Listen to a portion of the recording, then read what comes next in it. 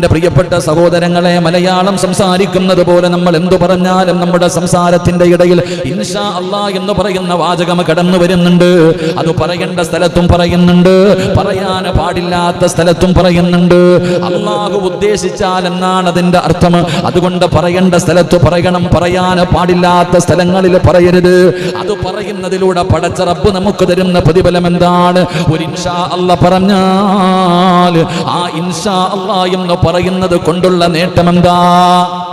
ഇൻഷാ അല്ലാ, ഇതൊക്കെ നമ്മളിപ്പോ മാഷാ അല്ലാ എല്ലാവരും പറയൂലേ, ഇൻഷാ അല്ലാ, മാഷാ അല്ലാ, തവക്കൽതു അലല്ലാ. നമ്മൾ തവക്കൽതു അലല്ലായുടെ ഗുണം എന്ന് പറഞ്ഞാൽ കിട്ടുന്ന പ്രതിഫലം മുമ്പത്തെ ക്ലാസ്സിൽ പഠിച്ചിട്ടുണ്ട്. അള്ളാഹു നമുക്ക് ഈമാൻ നൽകുമാറാകട്ടെ. ഇൻഷാ അല്ലാ എന്ന് പഠിക്കാം, സമയമുണ്ടെങ്കിൽ മാഷാ അല്ലായും പഠിക്കാം. അള്ളാഹു ഭാഗ്യം തരുമാറാകട്ടെ. അങ്ങനെ ആദ്യം ഇതൊക്കെയാണ് പഠിക്കേണ്ടത്. വയലൊക്കെ നമുക്ക് പിന്നീട് ഇൻഷാ അല്ലാ അള്ളാഹു പഠിക്കാൻ ഭാഗ്യം നൽകുമാറാകട്ടെ. എൻ്റെ പ്രിയപ്പെട്ട സഹോദരങ്ങളെ, അള്ളാഹുവിൻ്റെ പരിശുദ്ധമായ ഖുർആൻ, അള്ളാഹുവിൻ്റെ വിശുദ്ധമായ ഖുർആൻ പറയുന്നു,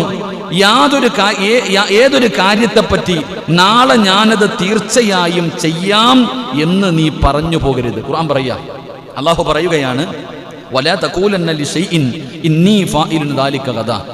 അള്ളാഹുവിന്റെ വിശുദ്ധമായ ഖുർആൻ പറയുന്നു, നാളെ ഞാനത് തീർച്ചയായും ചെയ്യുമെന്ന് നീ പറയാൻ പാടില്ല എന്ന് അള്ളാഹുവിന്റെ വിശുദ്ധ ഖുർആൻ. അള്ളാഹു നമുക്ക് ഈമാൻ നൽകുമാറാകട്ടെ. അള്ളാഹു നമുക്ക് ഈമാൻ നൽകുമാറാകട്ടെ. എന്ത് പറയണം?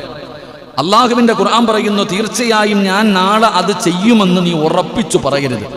അള്ളാഹുവിന്റെ ഖുർആൻ പറയുന്നു, ഇല്ലാ അയ്യശാ അല്ലാഹ്, ഇല്ലാ അയ്യശാ അല്ലാഹ്, അള്ളാഹു ഉദ്ദേശിക്കുന്നു എങ്കിൽ എന്നും ചേർത്തിട്ട് നീ പറയാൻ പാടുള്ളൂ എന്ന് അള്ളാഹുവിന്റെ വിശുദ്ധ ഖുർആൻ. അള്ളാഹു നമുക്ക് ഈമാൻ നൽകി അനുഗ്രഹിക്കുമാറാകട്ടെ. അപ്പൊ പരിശുദ്ധമായ ഖുർആൻ പറയുകയാണ്, നീ എന്തെങ്കിലും ഒരു കാര്യം നാളെ ചെയ്യാമെന്ന് നീ തീരുമാനിച്ചു കഴിഞ്ഞാൽ നീ എന്തു പറയണം? ഇൻഷാ അല്ലാ എന്നുകൂടെ നീ ചേർത്തിട്ട് വേണം നീ പറയാൻ. അതില്ലാതെ നീ പറയാൻ പാടില്ല എന്ന് അള്ളാഹുവിന്റെ വിശുദ്ധ ഖുർആൻ. അള്ളാഹു നമുക്ക് ഈമാൻ നൽകുമാറാകട്ടെ.